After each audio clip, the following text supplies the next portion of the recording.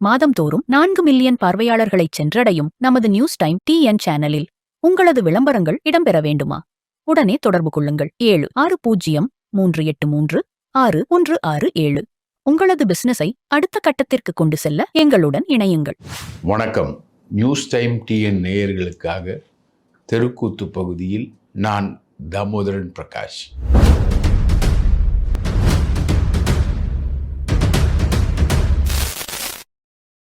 நேற்று நம்ம ஒரு முக்கோண விஷயத்தை சொல்லியிருந்தோம். அதாவது த்ரிஷாவுக்கும் விஜய்க்கும் கள்ள தொடர்பு, விஜயை ராகுல் சப்போர்ட் செய்கிறார் என்பதை நாம் தெளிவாக சொல்லியிருந்தோம். இன்றும் அந்த கதையோட தொடர்ச்சியில் தான் வரோம். இப்போ தஞ்சாவூரில் பொதுக்கூட்டம் போட போகிறாரு, அதுக்கப்புறம் நெல்லையில் போட போகிறாரு. அவர் வழக்கம் போல் தரம் தாழ்ந்து பேசுவார். அவர் நாங்குநேரியில் நடந்த கொலைக்கு அறிக்கை கொடுத்துருக்காரு. அவர் இந்த சங்கீதா மேட்டரில் எதுவுமே ரியாக்ட் பண்ணல. அப்படி ஒன்று நடந்ததாகவே இவனுங்க காட்டிக்கவே இல்லை.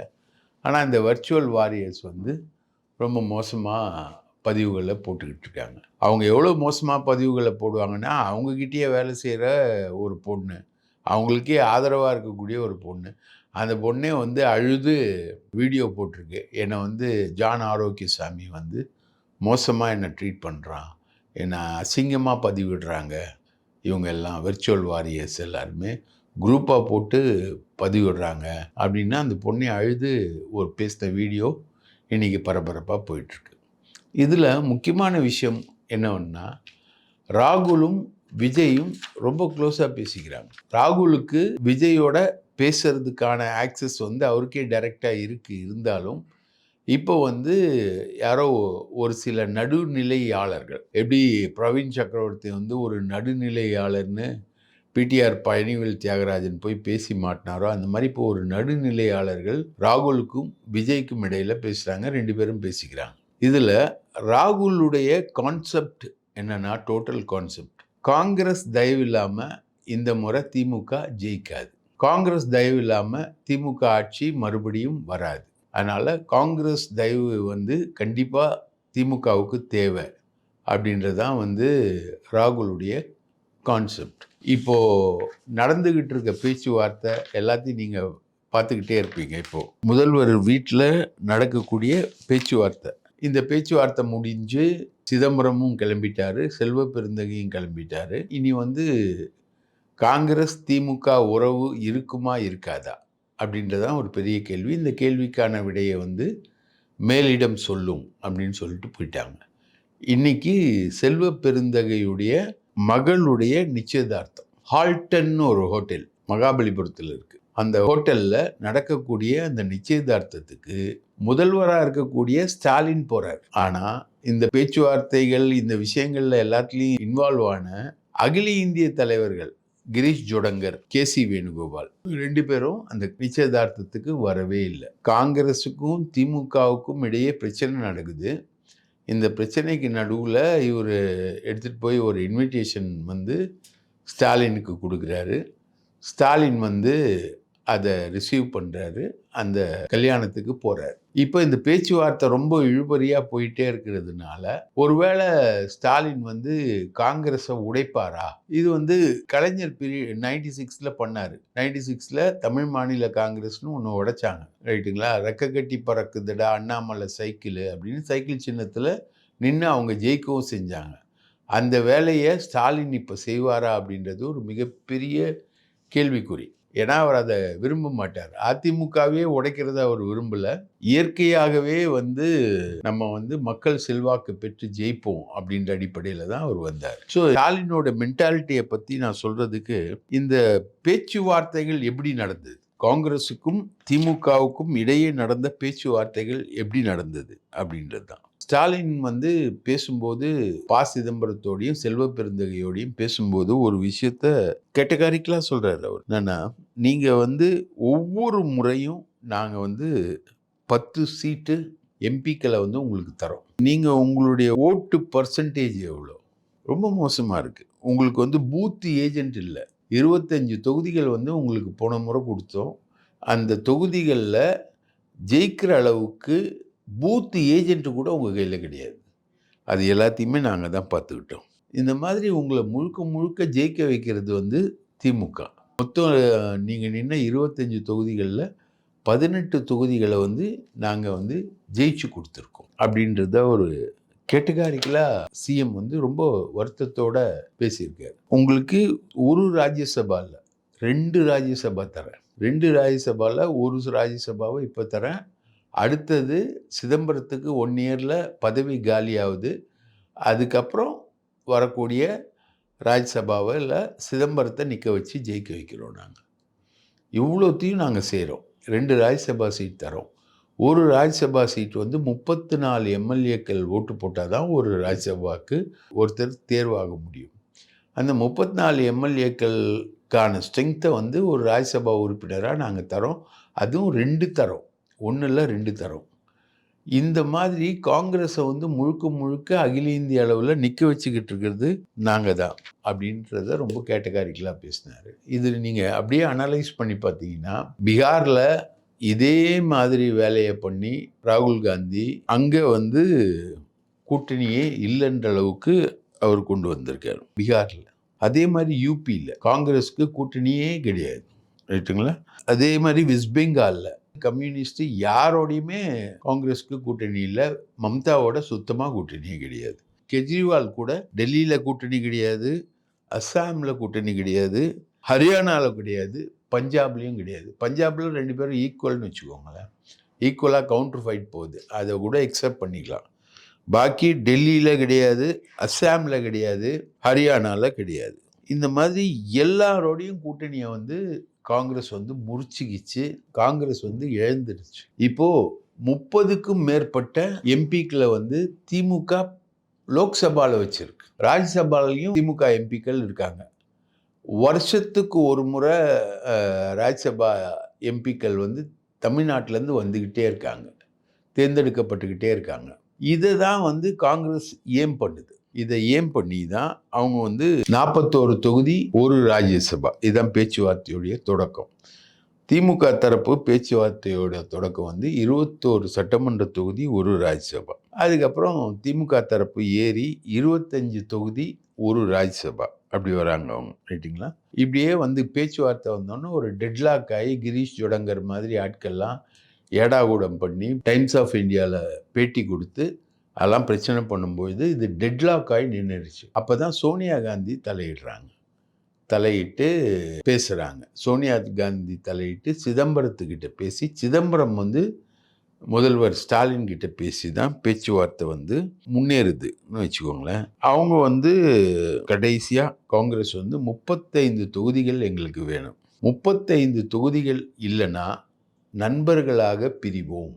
இது வந்து நம்மளோட வார்த்தைகள் கிடையாது, இது வந்து ராகுல் காந்தி சொன்ன வார்த்தைகள். வந்து 35 தொகுதிகள் எங்களுக்கு தராவிட்டால் நண்பர்களாக பிரிவோம் அப்படின்றது தான் அவர் சொன்ன வார்த்தைகள்னு வச்சுக்கோங்களேன். கடைசியில் ஒரு 31 தொகுதி வரைக்கும் வந்திருக்காங்கன்னு வச்சுக்கோங்களேன். இப்போது பேச்சுவார்த்தை 31 தொகுதி வரைக்கும் வந்திருக்கு. ஆனால் ராகுல் காந்தி 35 தொகுதிகளில் தான் நிற்கிறார். அதை மீறி அவர் எந்த பேச்சுவார்த்தைக்கும் அவர் தயாராக இல்லை. காலையில் ராகுல் காந்தி, மல்லிகார்ஜுன கார்கே, சோனியா காந்தி எல்லாரும் உட்காந்து பேசுகிறாங்க. அப்போது சோனியா காந்தியும் பிரியங்காவும் வந்து திமுக கூட்டணியை வந்து எந்த விதத்துலேயும் முறிக்கக்கூடாது, நமக்கு வந்து மிகப்பெரிய லாஸ் ஆகிடும். ஏற்கனவே நம்ம வந்து பல மாநிலங்களில் கூட்டணியை முறிச்சிட்டு வந்துட்டோம், பல கட்சிகளோட கூட்டணியை முறிச்சிட்டோம். இண்டி கூட்டணி அப்படின்னு ஆரம்பித்தது வந்து இன்றைக்கி வெறும் எலும்பு மட்டும்தான் இருக்குது, அதில் எந்த சதையுமே இல்லை. திமுக வந்து நம்மளோட ரொம்ப நாளாக இருக்கக்கூடிய கட்சி. அந்த கட்சி ஒரு 30 எம்பிக்களை இங்கே லோக்சபாவில் வச்சுருக்கு. அந்த கட்சியோட கூட்டணியிலிருந்து நம்ம பிரியக்கூடாது அப்படின்றது யாரோட நிலைனா பிரியங்காவோட நிலை, சோனியாவோட நிலை. நடுவில் பிரியங்கா கிட்டேயும் திமுக தரப்புலேருந்து பேசியிருக்காங்க. ஆனால் ராகுல் காந்தியை பொறுத்த வரைக்கும் 35 தொகுதிகள் கன்ஃபார்மாக வேணும். அவர் என்ன கால்குலேட் போடுறாருன்னா, வருஷம் ராஜ்யசபா சீட்டு வந்து தமிழகத்திலேருந்து வருது. அப்போ நமக்குன்னு ஒரு 35 தொகுதிகள் இருந்தால் தான் நம்ம வந்து ராஜ்யசபாவில் ஒரு எம்பியை கொண்டு வர முடியும். ராஜ்யசபாவில் ஸ்ட்ரென்த்து குறைஞ்சிக்கிட்டே இருக்குது காங்கிரஸுக்கு அப்படின்றது அவரோட நிலை. ஆட்சியில் பங்கு, அதிகாரத்தில் பங்குன்னு முதல்ல ஆரம்பிச்ச பேச்சுவார்த்தை வந்து கடைசியா இப்போ வந்து ராஜ்யசபா சீட்டுக்கு 35 எம்பி தேவை அப்படின்ற லெவல்ல இருக்கு. இப்போ சோனியா காந்தி களமிறக்கி ப. சிதம்பரத்தை களத்தில் இறக்கி ப. சிதம்பரம், செல்வ பெருந்தொகை எல்லாருமே பேசுறாங்க. இப்போ கிரீஷ் ஜோடங்கர், கே.சி. வேணுகோபால் இந்த கேரக்டர்லாம் இங்க இல்லை. இவங்க தான் பேசுறாங்க. ஆனா இதுல என்ன சிக்கல்னா, ப. சிதம்பரத்தால சோனியா காந்தி கிட்ட பேச முடியும், பிரியங்கா கிட்ட பேச முடியும், ராகுல் கிட்ட அவரால் நேரடியாக பேச முடியாது. செல்வ பெருந்தகை அஃப்கோர்ஸ் தமிழக காங்கிரஸ் தலைவர் என்ற அடிப்படையில் ராகுல் காந்தி கிட்ட, கே.சி. வேணுகோபால் கிட்டலாம் பேசுவார். செல்வ பெருந்தொகை அவர் வந்து பேசுகிற அந்த லெவல் வேற, ப. சிதம்பரம் பேசுகிற லெவல் வேற. இப்போ 28+2 ராஜ்யசபா, இதை தாண்டி ஒரு தொகுதி கூட கொடுக்க முடியாது அப்படின்றது திமுகவுடைய மிக உறுதியான நிலைப்பாடாக இன்னைக்கு ஈவினிங் வரைக்கும் இருக்கு. அவங்க வந்து 35 தொகுதிக்கு குறைவாக எதுவுமே வேண்டாம் அப்படின்றது ராகுல் காந்தியோட நிலைப்பாடாக இருக்கு. ராகுல் காந்திக்கு போன ஃபீடு என்னன்னா, ஃபுல்லாக தாவேகா ஃபீடு. பிரவீன் சக்கரவர்த்தி தான் அந்த ஃபீடுக்கு சொந்தக்காரர். பிரவீன் சக்கரவர்த்தி, சசிகாந்த் செந்தில், ஜோதிமணி இவங்களாம் தான் அந்த ஃபீடுக்கு சொந்தக்காரங்க. அவருக்கு சொன்னது என்னன்னா, திமுக ஆட்சிக்கு எதிராக ஆன்டி இன்கம்பன்சி ஃபேக்டர் நிறைய இருக்குது, எதிரான கருத்துக்கள் நிறைய இருக்குது, காங்கிரஸ் தயவு இல்லாமல் மைனாரிட்டி வாக்குகள் வந்து விழாது அப்படின்றது அவங்க கொடுத்த ஃபீடு. ஏன்னா திமுக எல்லா தேர்தல்லையும் இது வரைக்கும் ஜெயிச்சதுக்கு காரணம், திமுக வந்து 11 ஓட்டுகளில் ஒவ்வொரு போலிங் பூத்துலேயும் ஆரம்பிக்கும், அதிமுக -12 தான் ஆரம்பிக்கும். ஏன்னா அந்த 11 வாக்குகளும் 100க்கு 11 வாக்குகளும் மைனாரிட்டி வாக்குகள். அதுதான் திமுகவை இன்னைக்கு வரைக்கும் ஜெயிக்க வச்சிருக்கு. திமுகவுக்கும் அதிமுகவுக்கும் இருக்கக்கூடிய வாக்கு வித்தியாசம் என்பது குறைவு. இப்பொழுது ரொம்ப மோசமாக இருக்குது அந்த நிலவரம் அப்படின்றத ராகுல் காந்திக்கு ஃபீட் பண்ணி நம்ப வச்சுருக்காங்க. இப்போ ராகுல் காந்தி ஃபீல் பண்ணுறது, காங்கிரஸ் இல்லாமல் திமுகவால் தமிழகத்தில் ஜெயிக்க முடியாது அப்படின்றது தான். ஸ்டாலின் சொல்கிறது என்னென்னா, 28+12 அப்படின்னு பார்த்தீங்கன்னா உங்களுக்கு 40 வந்துடும், 40ன்ற கணக்கு வந்துடும் அப்படின்றது ஸ்டாலினுடைய ஆர்குமெண்ட். இதுக்கு மேலே நீங்கள் பேசவே வேண்டாம், நீங்கள் உங்கள் வேலையை பார்த்துக்கோங்க, நம்ம நண்பர்களாக பிரிவோம், இதுக்கு மேலெலாம் எங்களால் தர முடியாது அப்படின்றது ஸ்டாலினுடைய உறுதியான இறுதியான நிலை. இவங்க வந்து திமுக வந்து தோத்துரும், அதனால் எங்களுக்கு வந்து அதிகமான தொகுதிகள் கொடுங்கள் அப்படின்ற மாதிரி ஒரு நிலை தான் இவங்களுடைய நிலையாக இருக்குது. இந்த நிலையில், இந்த போக்கில் தான் காங்கிரஸ் திமுக பேச்சுவார்த்தை வந்து இன்னைக்கு முதல்வருடைய சித்தரஞ்சன் சாலை இல்லத்தில் முடிவடைஞ்சிருக்கு. இந்த போக்குக்கு அவங்க என்ன பதில் சொல்கிறாங்க அப்படின்றது தான் இருக்கக்கூடிய நிலை. இதுக்கு நடுவில் வந்து காங்கிரஸை இரண்டாக பிளக்கணும், திமுக ஆதரவு காங்கிரஸ் அப்படின்னு ஒன்று உருவாக்கணும் அப்படின்ற ஒரு பொசிஷன் வந்திருக்கு. அதை பல பேர் முயற்சியும் பண்ணியிருக்காங்க. அதுக்கெல்லாம் ஸ்டாலின் இன்னைக்கு வரைக்கும் ஓகே சொல்லலை.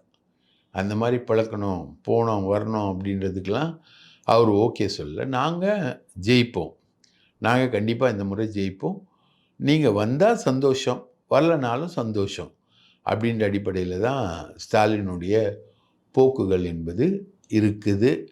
அதனால் கிட்டத்தட்ட காங்கிரஸ் திமுக உறவு இந்த நிமிடம் முறிந்தது போல் தான் இருக்கிறது.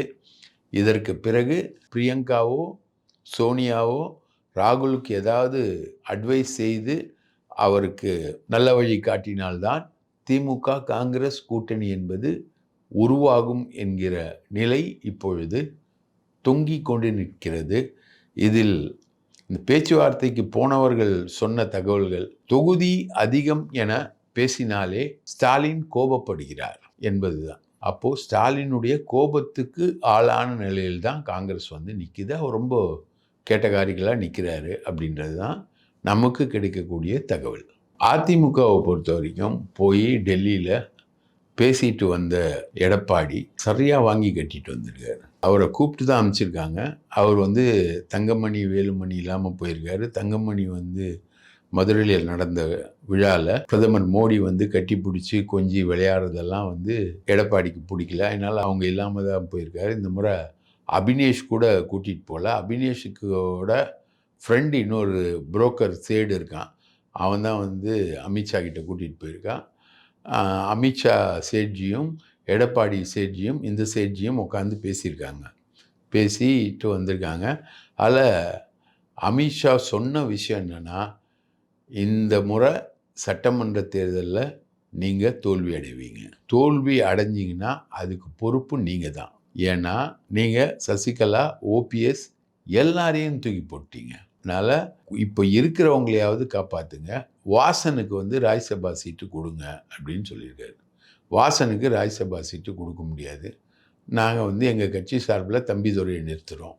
அன்புமணிக்கு ராஜ்யசபா சீட்டு கொடுக்குறோம் அப்படின்ற மாதிரி சொல்லிட்டு வந்திருக்காரு. தம்பிதுரையை வந்து அமைச்சராகக்கூடாதுன்றதையும் கூடவே சேர்த்துட்டு சொல்லிட்டு வந்திருக்காரு இவர். அதுக்கப்புறம் சீட்டு பேரம் சம்பந்தமாக பேச்சு அதிமுக முகாமில் நடந்திருக்கு. 55 சீட்டுகளுக்கு மேலே பாஜக தான் பிரித்து கொடுக்கும் அதோட கூட்டணி கட்சிகளுக்கு அப்படின்றத உறுதியாக சொல்லியிருக்காரு அமித்ஷா. இவரும் தலையாட்டிட்டு வந்திருக்காரு. அது இல்லாமல் பாமகக்கு சீட்டை வந்து அதிமுக தான் கொடுக்கணும், அந்த நிலவரம் தான் வந்திருக்கு. ஸோ பாமகக்கு சீட்டு கொடுத்து 55 சீட்டுக்கு மேலே பாஜகவுக்கு கொடுத்து எல்லாத்தையும் பண்ணோம் அப்படின்ற நிலவரம் வந்து அங்கே எழுந்திருக்கு. அண்ணாமலை வந்து முழுக்க முழுக்க பாஜகவுக்கு எதிராகவும் அதிமுகவுக்கு எதிராகவும் அதிமுகவை தோற்கடிக்கிற வேலைகள்லையும் அண்ணாமலை வந்து ஈடுபடுறாரு அப்படின்ற புகாரை எடப்பாடி வாசிச்சுட்டு வந்திருக்காரு. இதுதான் வந்து அங்கே நடந்தது. ஆக அமித்ஷாவுக்கு அதிமுக கூட்டணி ஜெயிக்கும் என்கிற நம்பிக்கை இல்லை. தோல்விக்கு பொறுப்பு எடப்பாடி தான். செங்கோட்டையன், ஓபிஎஸ், சசிகலா ஆகிய மூவரை கட்சியில் இணைக்காமல் விளையாடியது எடப்பாடியின் தவறு என்பதுதான் அமித்ஷாவுடைய நிலை.